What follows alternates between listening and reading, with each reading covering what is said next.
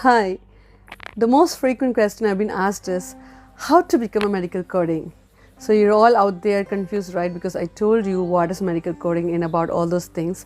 But still there are so many people asking me like how to become a medical coder. Like, sister, how can I become a medical coder? Or ma'am, please guide me. How can I become a medical coder?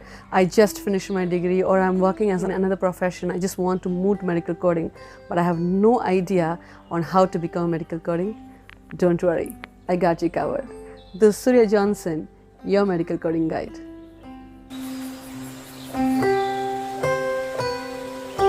So if you're new to my channel, please subscribe and hit the notification icon so you'll not miss any of my medical coding related videos and updates. And if you're new, you will not know what I'm talking about, right? So you can just go and watch what is medical coding first. So I'll put the link below so you can just watch that first and then you can come to this video so you'll have a better picture of what I'm talking about. So let's dive in. So in this video, we'll be discussing about how to become a medical coder like me. For the first and foremost, you'll go and learn what is medical coding. Second one is decide your career first. Like if I'm telling you, hi, come on, you all can become a medical coder, I'm not dragging all of you into this field. It's not possible, right? And it's not logical to drag all of the people in the world to become a medical coder. So choose your career. So while choosing your career, you have to look into certain things. Number one, your education qualifications. Are you qualified for becoming a medical coder? Like other professions, even medical coding requires some qualifications. Like most of the organizations or the hospitals prefer a science background medical coders.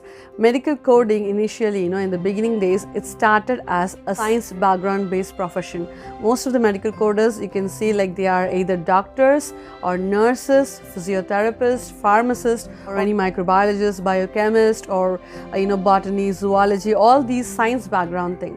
But nowadays all the others are coming into this field. It's based on the talent because education qualification doesn't derive the actual qualification of the patient, right? So we're in this kind of century. There are so many people who have completed max, who have completed diplomas, who have completed BE engineering, and they're also pitching into this field. And I think like anybody can become a medical coder as long as you're ready to study, because this field is like you have to study till you retire, that kind of field. So if you're really ambitious and if you're really interested in the anatomy, physiology, this medical and the healthcare industry, then this job is for you. Number two, in deciding this career is you have to invest a lot of time in studying. As already told, like you have to study a lot. You have to keep yourself updated with the course that has been changing every year, and also according to new diseases, evolutions. Like nobody knows that coronavirus will be this much, invading the planet. There are so many things added up for this COVID diagnosis and all those things, right? So as far as the healthcare industry is growing, new diseases or new developments are being brought into this field. So studying will be continuing. So if you want to become a medical coder, you have to have the mindset to study and keep yourself updated. If you're up to that, then this is your career. So number third point, in deciding medical coding as your career, you should be interested in anatomy physiology. Like I'm very much interested. You should have the passion to read about the human anatomy and physiology and the pathology and what are the investigations or the pharmacology is working in this industry. So you should be interested. If you're really interested in anatomy and physiology and all these medical stuffs, then this is your career. And last but not the least, in deciding your career, the fourth point you should be thinking about is you should be really interested to work in healthcare industry. This not only applies in this healthcare industry, it applies to all job, right? You should love your job. You should have that passion, like this day I have to go and work as this profession. I love my job, that kind of attitude. Otherwise, you cannot long last in this healthcare industry. If you're opting to work in India, you work in office setup or you work from the remote, right from your home or somewhere else.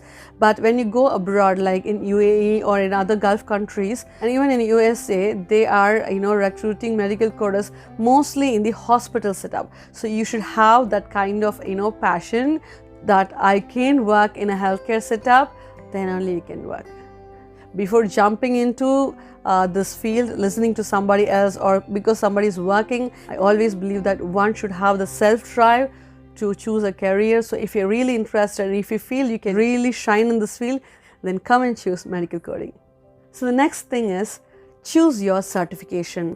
Like in my previous video, I've been talking about certification, especially that CPZ certification, right? There are so many certification in this industry, but the CPZ is being like a hallmark, you can say, like all opt for this, and it's been universally accepted, and that is why this is becoming very popular. So if you're certified, your value increases, because there's a difference between a non-certified coder and a certified coder. If you're certified, it shows that you are mastered this, and you are very much eligible for this profession. So I highly recommend you all to opt for the certification, either at the beginning of your career or once you start your career, and at the 1 year or 2 year phase of the beginning of your career. So not more than 2 years. Okay, so make sure that you complete your certification, so it will add value to you, and your certification increases the opportunities for you to get a good job and increases the opportunity for a good hike or salary in your career.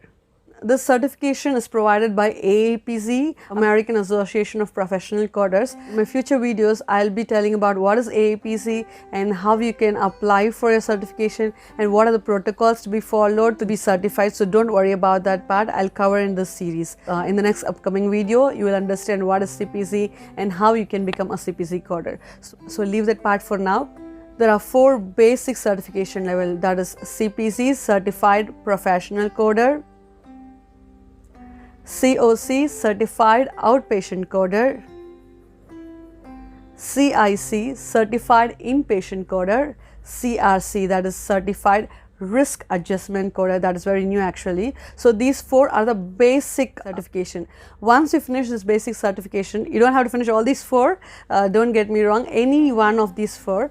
Once you finish this one, there are so many advanced certifications in the field. If you want to opt that, but don't go for it right now. Once you get in this field, once you start working after 2 or 3 years, you will know what are the other specialized certifications. And if you really wanted to go for that, you can go for that later. But these 4 are the basics. You can opt for any one out of these 4, but mostly worldwide they prefer CPC. So go for CPC.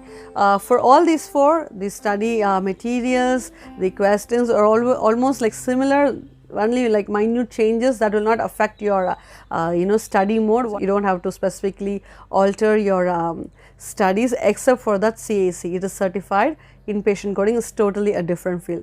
The other 3 things are almost similar. So many people have asked me like, where should I go for training? Should I go to an institute and study, or should I go directly to an organization and go for the interview, and if they hire me, should I go without any or 0 level of training? There are 2 options in training. The first one is the employee training. So what do I mean by employee training? It is like how I came into this field. Like, I'll just tell my experience, so people out there will have an idea, and some people can relate to that, because in the beginning days, most of the organizations, they hire freshers out of the college, or anybody who is interested, who has a medical background, or who are qualified as per their standards, right? How I got is, I didn't go for any training. I had a 0 knowledge about medical coding. I have no idea that I'm going for medical coding interview actually. I was like looking for any job out there, but I got a call from my friend's friend who told that there is an interview going on. I just went in with my certificates and all my resume, and I went there. They asked me a few questions about anatomy, and actually I was very much interested in anatomy and physiology at that time. So I had an idea, because I studied in my school and in my college about anatomy. I had one part of that, right? So all of you, like in school also, you have studied that anatomy and physiology. Only that kind of knowledge I had. I didn't have in-depth knowledge of anatomy and physiology.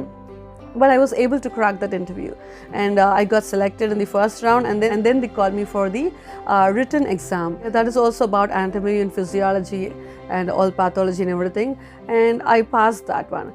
So for me, what happened is, I competed in an interview and I got selected. They gave me training, so it's like I went for a job, and after I got that offer letter, I was trained for 3 months in an office type of training. So it's like I don't have to pay any money. Actually, they paid me a minimum salary, right? They told, but in the beginning of 3 months, I don't know whether it's right now. In the beginning 3 months, they will not pay me anything. I'll just go for a training, and after 3 months, if I pass, then they pay me everything together. They paid me all my 3 month salary. Yes, I believe, yeah, they paid me. So after this 3 month of training, what will happen? They'll conduct a test. So this 3 month training was really good because I was from zero, and then they teach me the basics, the guidelines, and also the training will be based on what they require. They will not teach you from the page from front to back of the book. No, they will not teach you the entire thing. They will teach you according to their need, like what project they are having. If they are having a radiology project, they will teach you the radiology coding. If they have an E&M project going on, they will teach you the E&M thing. So about the ICD guidelines, they will teach you almost like a training institute. If your performance is very poor, they might send you back, but my batch, yeah, gladly nobody was sent. So we completed. After the score, they put us in different teams, like several teams, some dealing only with radiology coding, some dealing only with E&M coding, some dealing with pathology coding, some dealing with interventional radiology coding. So they split 10 of us and put in each of their clients based on their requirements and based on our performance as well. If your performance is good in radiology, you'll be put in radiology, and like that. This is what happens in employee training. So after you've been officially recruited, you'll be signing a bond. I think it's still there in India about signing bonds and everything. So you sign a bond like for 2 years or 3 years, and then for that period of time you'll be working. Of course they trained you, right? So they'll put you on board. That's not a big deal, I believe. So after 1 year of my joining, I was nominated for that kind of certification, that is a CPC certification, and they paid for my certification. They gave me training and they paid for my certification, but of course on a bond basis. From there I had another 2 years of bond. So it was not a big deal for me, and I got certified in 1 year. So in training, this is the number one, employee training, how employees train. But in recent days in India, some organizations are still recruiting in this pattern. They hire a fresher with zero experience and with no certification, and they train internally and they deploy them for their job. And after 1 year or 2 years, they're also sponsoring for their certification. Some organization, they train but they don't sponsor for the certification. But that's not a big deal too, because you're already having a job and you're earning, so you can save up for your exam. Either way you benefited, right? Because there's no bond if you're paying for your exam. So after 1 or 2 years, you can just move to another organization once you're certified. So this is employee training. So the second one is the classroom training. What I mean by classroom training, this is out of your pocket training.